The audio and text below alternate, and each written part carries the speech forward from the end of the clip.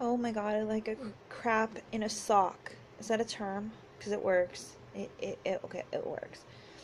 And I don't feel good. I know. You have fibromyalgia. You never feel good. Shut up. I'm aware that I never feel good, okay? Don't start with me. I'm just gonna hug Brian's shirt and talk to you guys. I was watching something earlier and we were talking about all the like drama channels and stuff. It was some YouTube video, obviously, and they were talking about like stories and stuff and like what stories aren't cool to tell and like don't lie about shit just for fucking views. And like I don't lie about anything for views, which I don't really get any views anyway, which I mean I'd bitch, but if I got a lot of views then I'd probably get hate and everything else. I forgot I sent my mom to look for yarn. Anyway, it hasn't been exactly the easiest couple of weeks. I've been really out of it, and I'll probably end up talking about it later if once I find out why I'm not feeling so good and figure out what happened the week before last, and because I'm not really sure if it was just the flu or what. But yeah, started journaling again. I found this random journal. I started writing again. I just started last night, so I mean, um, I'm just kind of lonely. Working on this big thing for my brother and sister-in-law, and I'm just gonna show it like this in case Nicole ends up coming across this video, or Josh, because I don't want them to see it before I can deliver it to them. And it's not done yet, but I made this for her daughter, and I don't want to show the front either because I want it to be all a big surprise. But I didn't want her daughter to feel left out because her mom got married and I made her a thingy, a plaque thingy, and her stepdad a plaque thingy, and then didn't make her anything. But I love those guys. I'm really close with Nicole, and she's literally one of my best friends. I'm really bad at texting people, so only person I text every day is Brian. So I've had a migraine since like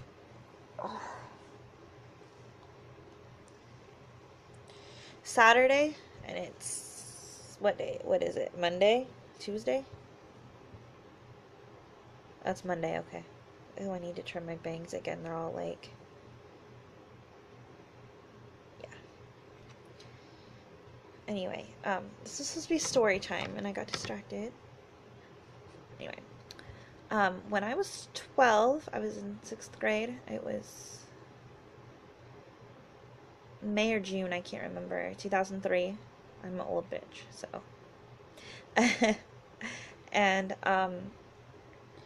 I had gotten a detention earlier in the year, but since I guess they just took me off the bad kid list or whatever, because they had this thing where, like, if you didn't get detentions, you were an honor level all-star, which sounds so stupid now, and, like ridiculously stupid.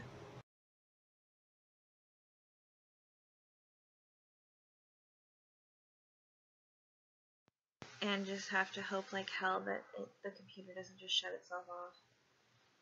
Don't ever buy an Asus, get an HP, or Samsung. I don't know if Samsung makes computers, but anyway, just don't get an Asus. HPs are way better.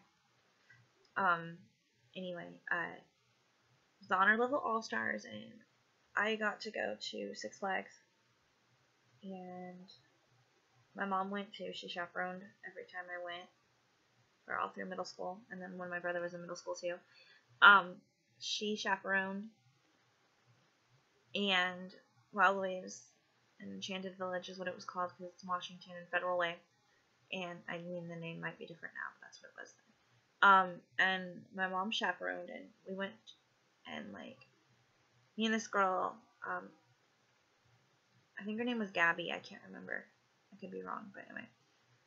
We were like we went and she wanted to get on this ride, and it was like, I think it was called the timber axe. It's like a big axe that swings around in circles, and like I don't do upside down. I don't do upside down.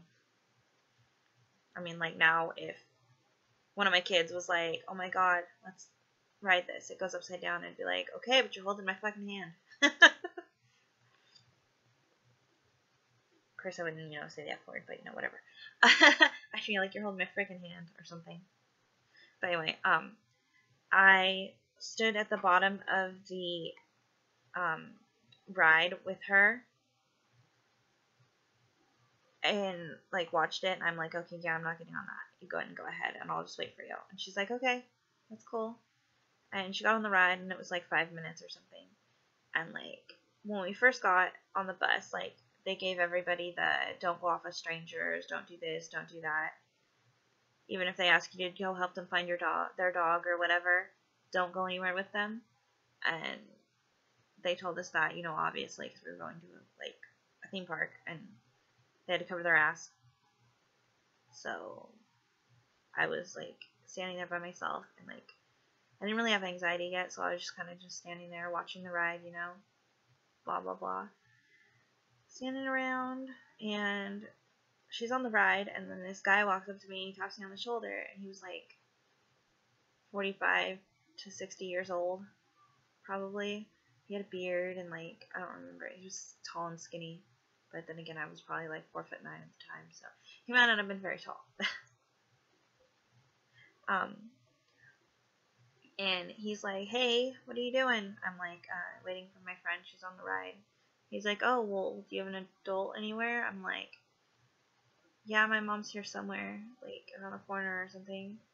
And he's like, oh, okay, well, that's cool. So I was wondering if I could get your help with something. I was like, possibly. He's like, well, what's your name? I'm like, Sarah, which obviously is not my name or anywhere near close to my name. That's okay. I'm like, Sarah, why? He's like, okay, Sarah, well, somebody hit my dog in the parking lot. Would you come help me clean it up? I'm like, thinking back on it, it's so ridiculous. Like, I'm laughing, but it was so scary. I'm like, I think I should probably just wait for my friend. He's like, oh, come on, Sarah, I'll bring you right back. I just need some help getting my dog scraped up off the parking lot. And I'm like getting sick to my stomach because at the thought of a dead dog that was like stuck to the parking lot ground. I mean, like, I'm 12 years old, of course. Puppies and kitties, oh my, that age. And he's just like insisting, and I'm like, no, it's okay. And then all of a sudden, I hear somebody scream at me, and I think it was Gabby that screamed at me. She's like, hey, hey. And I turned around, and she goes, your mom wants you, come here. And I'm like, I gotta buy, and ran. I was gone. Like, that was one of the only times I've ever willingly ran. And I ran. And we went and, like, around the corner, we found my mom. And I told my mom, and my mom went and told somebody, and they looked around, and nobody found him. So, I mean, it's creepy as hell. So, like, I guess I almost got kidnapped when I was 12. So, I mean,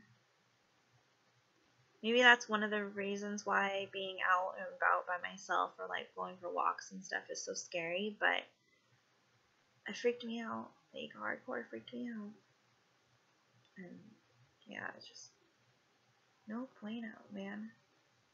Be careful at them fucking theme parks. Like, carry pepper spray. And put it in a freezer bag and stuff it in your bikini. I don't know. Something. I mean, always travel in pairs, all that jazz.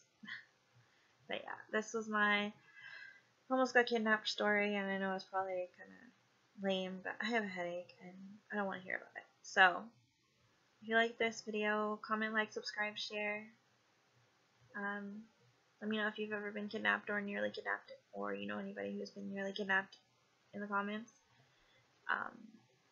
Do you know anyone personally, like, or do you live anywhere near, like, Elizabeth Smart or JC Dugard, maybe?